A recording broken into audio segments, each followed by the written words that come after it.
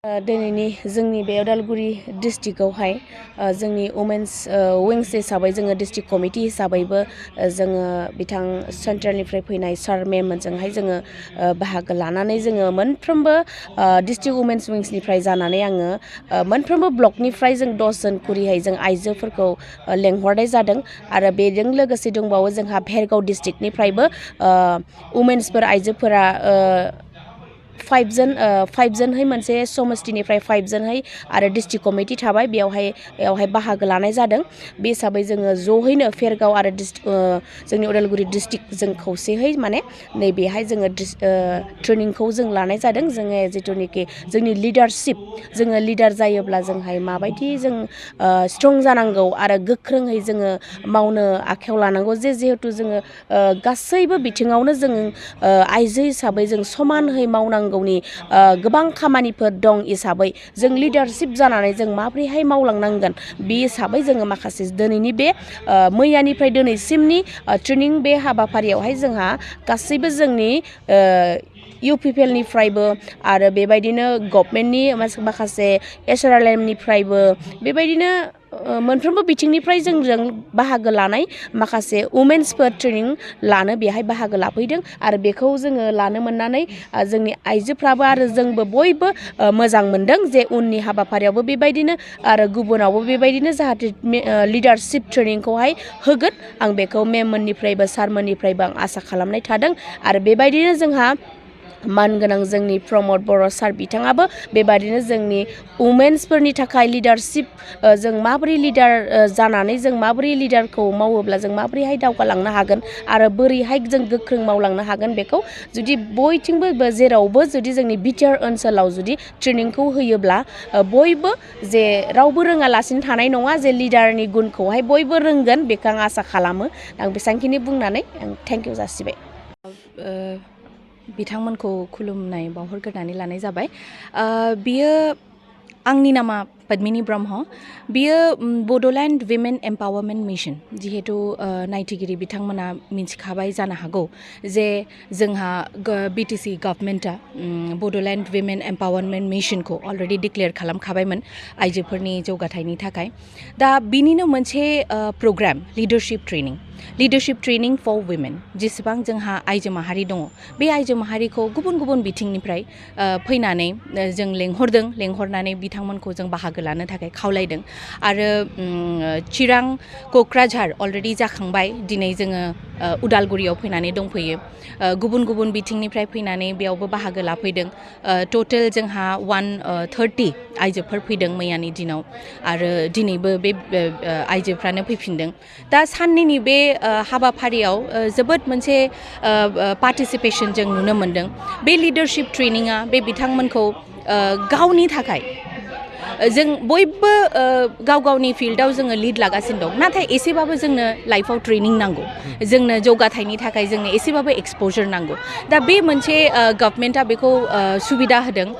सुबिदा होनायखाय जोंहा आलासि महरै रिसोर्स पार्सनबो दंफैयो लिड अर्गेनाइजेशननिफ्राय बिथांमोना डेली बेस्ड अर्गेनाइजेशन आरो बिथांमोना जोंजों दा कয়েকদিন थागोन जयैनो मानो होनबा जोंहा बिनि उनाव तामुलपुरावबो दं आरो लोगोसे जोंहा बाक्सायावबो दङ दा बे सप्तासेखौ जोंजोंनो जोङो जेसेबां आइजो माहारि दं जोंहा गुबुन गुबुन बिटिआर डिस्ट्रिक्टसआव जोङो जेरावबो कभार खालामजोबगोन आरो गुबै जिथु थांखि बे गुबै थांखिया लिडारशिप बा क्रिएशननि थाखाय नामा औ बे जाहैबाय जोङो आइजोफोरखौ एसेबाबो गावनि थाखाय गुबुन गुबुन बिथिङाव जिहेतु अलरेडि लिडारशिप लागासिनो दङ बे लिडारशिपखौ आरो एसे जोङो बेखौ जोङो रेडि खालामनो थाखाय गावखौनो गाव प्रिपेयार खालामनो थाखाय जों बेखौ ट्रेनिं होनाय जादों आरो नो डाउट बेबायदि ट्रेनिंखौ नांबाय थागौ दा माखासे जाहोननि थाखाय कन्टिनिउवासलि जोङो खालामनो हाया नाथाय बियो मोनसे जिहेतु अलरेडि जाबाय जों स्टार्ट खालामबाय दा जों बेखौ कन्टिनिउ खालामलांसिगोन आरो समान मोनथायजों खामानि मावनायनि हाथिया आइजोफोरनियावबो दङ बे खोथाया बेसेबां सैथो जे माखासे खामानिखौ माने जायफोरा जेन्टस हौवासाफोर बिसोरसो बांसिन मावनायखौ नुनो नाथाय आइजोनि गोहोआ बांसिन होननानै बुङो नाथायबा पावारा बिसोरनियाव खमै दङ मा बुङो बेखौ दा जिहेतु जोङो बयबो मिथिगौ जेन्डार इक्वालिटिनि खोथाखौ जोङो बयबो रायलायो दा दा जोंहा गभर्नमेन्टआ प्रेजेन्ट गभर्नमेन्टआबो बे मोनसे थांखिखौ लानानै दङ जे सास्टेनेबल डेभेलपमेन्ट गल नम्बर 5 बेयो जाहैबाय जोंहा जेन्डार इक्वालिटि दा बे जेन्डार इक्वालिटिनि खोथाखौ बुङोबा जोङो नो डाउट बयखौबो जोंहा समानै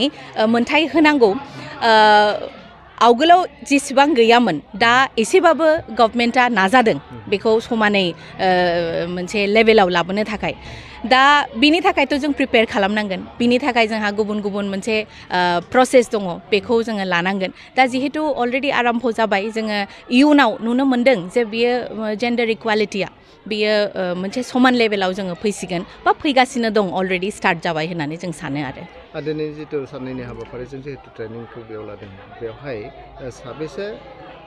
आइजोफोरा बाहागो लादों जोङो मैया 130 दा बे बिथांमोनानो दिनै फैफिनजोबदों साननैनि हाबाफारि 130 जन दं आरो जोंहा टटेल बे आइजोफोरा सोरनिबा पार्टिकुलारलि जि माने माबा अर्गानाइजेसनफोर दं बा सेल्फ हेल्प ग्रुपफोर दं बिथांमोननिफ्राय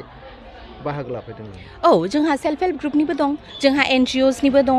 जोंहा माबानि दङ FPC फार्मार प्रडिउसार कम्पानिनि आइजोफोर माखासे जाय विभिं खालामो बे बिथांमोनाबो दंफैयो आरो लोगोसे जोंहा माबानि दङ BTR फेल'सफोर दङ गुबुन गुबुन बिथिंनिफ्राय फैदों आरो ज' जादों आरो नुनो मोन्दों दिनै अल इन्डिया